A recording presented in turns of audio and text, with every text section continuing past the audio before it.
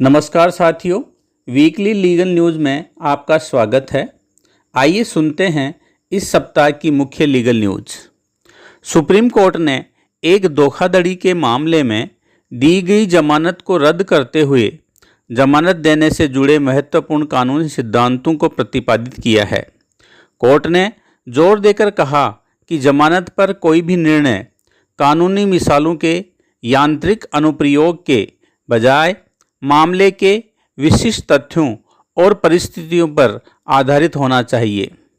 पीठ ने यह भी स्पष्ट किया कि नियमित और अग्रिम जमानत पर विचार करने के आधारों में कोई कठोर अंतर नहीं है और अदालतों को याद दिलाया कि जब कोई आरोपी जमानत की सुनवाई के लिए पेश होता है तो उसे डीम्ड कस्टडी अर्थात मानित अभिरक्षा में माना जाता है। सुप्रीम कोर्ट ने एक महत्वपूर्ण फैसले में यह स्पष्ट किया कि मोटर दुर्घटना में घायल व्यक्ति की मृत्यु हो जाने पर मुआवजे का दावा करने का अधिकार उसके कानूनी प्रतिनिधियों को हस्तांतरित हो जाएगा, भले ही मृत्यु का कारण दुर्घटना से संबंधित न हो। एक अन्य मामले में सुप्रीम कोर्ट ने राजस्थान सरकार को निर्देश दिया कि राज्य के प्रत्येक पुलिस थाने में लगाए गए सीसीटीवी कैमरों की संख्या और उनकी लोकेशन का पूरा ब्यौरा अदालत के समक्ष पेश किया जाए। यह आदेश पुलिस थानों में सीसीटीवी कैमरों के सुचारू रूप से काम न करने को लेकर लिए गए स्वतः संज्ञान मामले में पारित किया गया।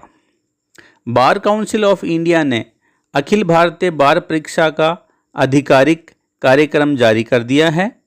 अधिसूचना में ऑनलाइन पंजीकरण की शुरुआत से लेकर परीक्षा तिथि तक की संपूर्ण समय रेखा दी गई है। तय कार्यक्रम के अनुसार यह परीक्षा 30 नवंबर 2025 को आयोजित की जाएगी।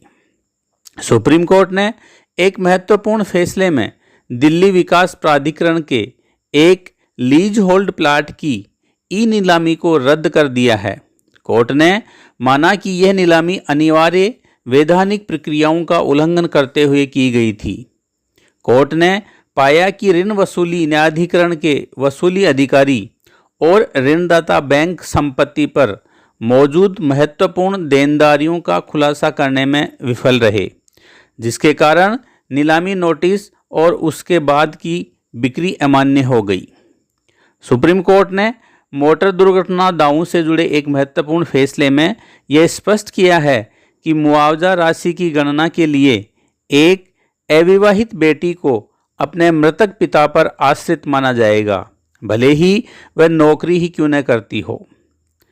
सेवा कानून पर एक महत्वपूर्ण फैसले में सुप्रीम कोर्ट ने गुवाहाटी हाई कोर्ट के उन आदेशों को रद्द कर दिया है जिनके तहत एक सहायता प्राप्त जूनियर कॉलेज में एक लेक्चरर की नियुक्ति को अधिक उम्र के आधार पर अमान्य ठहराया गया था। कोर्ट ने कहा कि असम सरकारी सहायता प्राप्त जूनियर कॉलेज प्रबंधन नियम 2001 के तहत शुरू की गई चयन प्रक्रिया पर असम माध्यमिक शिक्षा सेवा नियम 2003 में निर्धारित आयु सीमा को लागू करना अवैध था। आज के लिए इतना ही। फिर मिलते हैं नई वीकली लीगल न्यूज़ के साथ। धन्यवाद।